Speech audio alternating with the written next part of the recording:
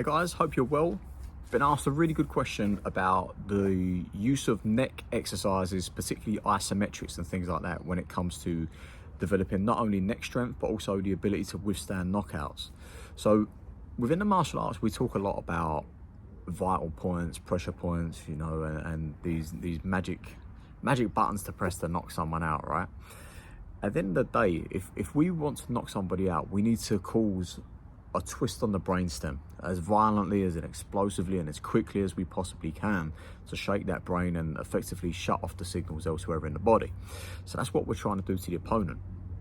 But as we know, within Goju Ryu, if we think of our Sanchin, at the same time we're training our ability to, extend or put out or attack, same time we're training our ability to withstand, to defend, to contract. So we have this pull of opposites throughout the whole thing. So even when we're extending, we're thinking about contracting and tensing down and anticipating that return shot at all times. Same is true of, attacking. Where we think to attack them, chances are we need to protect that on ourselves as well, and no more so than the neck. Now within Goju Ryu, obviously within the Junbyundo, we have our various neck exercises when it comes to mobility and range of motion and just keeping, full function of the neck when it comes to movement patterns. But what we don't really have is the ability to strengthen that neck. Now within your Goju Ryu, there are elements where we will do that. Nigiri game, for example, when we're carrying the heavy jars, we're training the traps here, we're training an isometric the whole time we're doing that by tucking the chin, extending the crown of the head upwards. This is a form of a neck isometric. So what we're training here is almost your anti-clinch. So whenever we're training clinch, so in Muay Thai, BJJ, MMA, we're trying to get control of the back of the neck, right? A lot of times we're trying to get control of the back of the head or the crown of the head, so that it makes it even harder for them to brace upwards and posture out of the position. So we want to, at all times, break that position of strength. Yeah, we don't want that what we call in the traditional arts the iron ruler. So if you imagine those old school woodwork rulers, the metal ones which you ping, that's what we're trying to train all the time. If we're doing that nigiri game, or if we're doing our sanchin, or if we're doing any of our kata, really, we're always trying to get that chin tuck extended from the heavens and pulled from below by the tailbone. So we are, in effect, anytime you're training correctly, you're performing a neck isometric. Now whilst this is a good thing, it also leaves a lot of gaps. So we're training it in one direction. Excuse me, I'm just getting a call I need to cancel. Timing, man. We're training that direction, but what about all the other ways the neck can move? So we also need to be isometrically trained in these positions. So what we'll do in subsequent videos is just give you a few different exercises that we run with some of the fighters to strengthen the neck. So looking at it from two standpoints. One, the stronger our neck, the more resilient it's going to be to impact. Now I myself, I'm still carrying quite a pretty bad neck injury. I'm getting it looked at on Monday, getting it checked over to see what I've actually done, because when did I fight? I think it was the start of June, my last fight. Since then, it's been jarred, from a head impact that shook my head quite badly. I'm still getting problems with it now. So it just shows the importance of conditioning the neck and keeping that strong. If my neck wasn't strong, I'd have probably got knocked out from that shot, because it really lit me up and stiffened my legs, and had the whole seeing stars, and the strength of my neck kept me in that fight.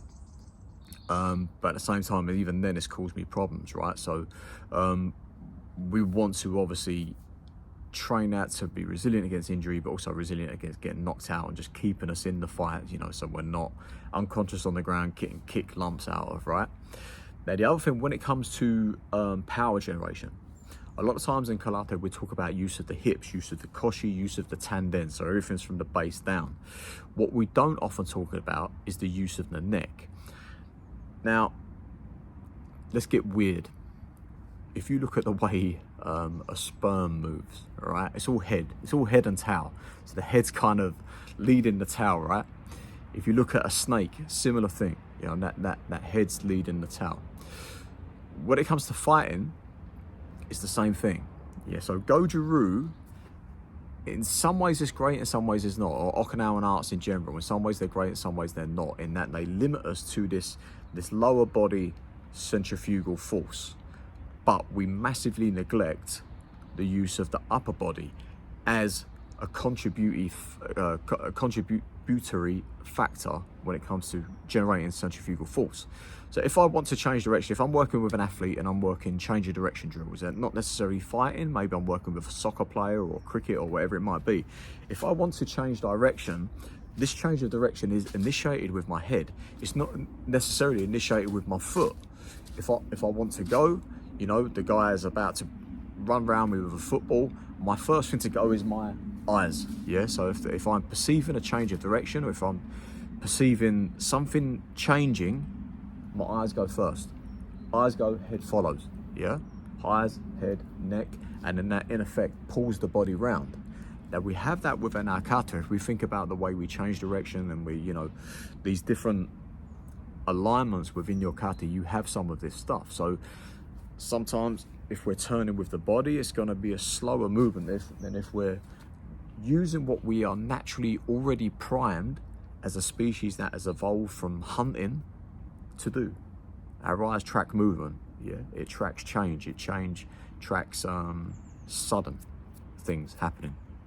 This is the way we move. So if we can somewhat learn to nurture that and learn to work with that, ultimately it's going to speed up our reaction time when it comes to perception and movement.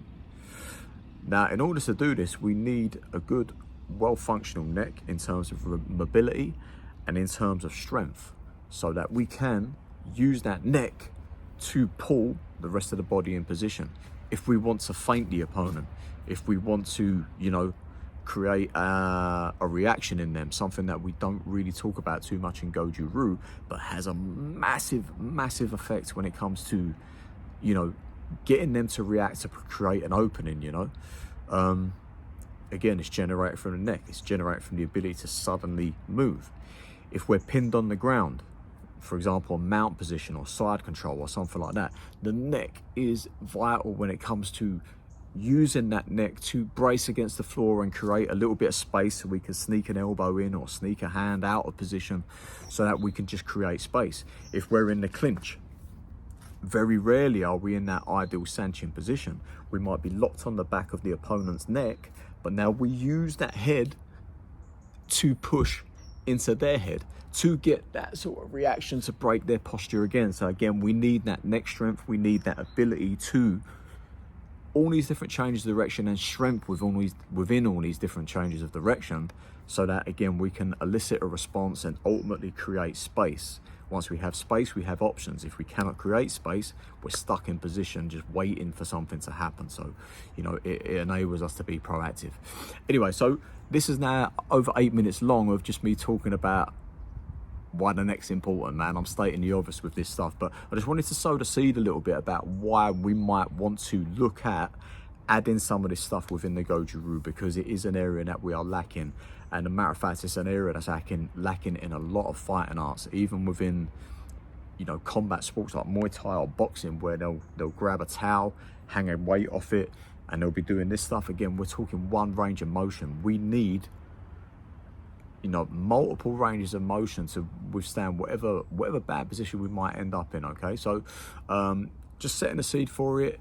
I'll go away, I'll film some stuff around this and give you some practical stuff you can work on.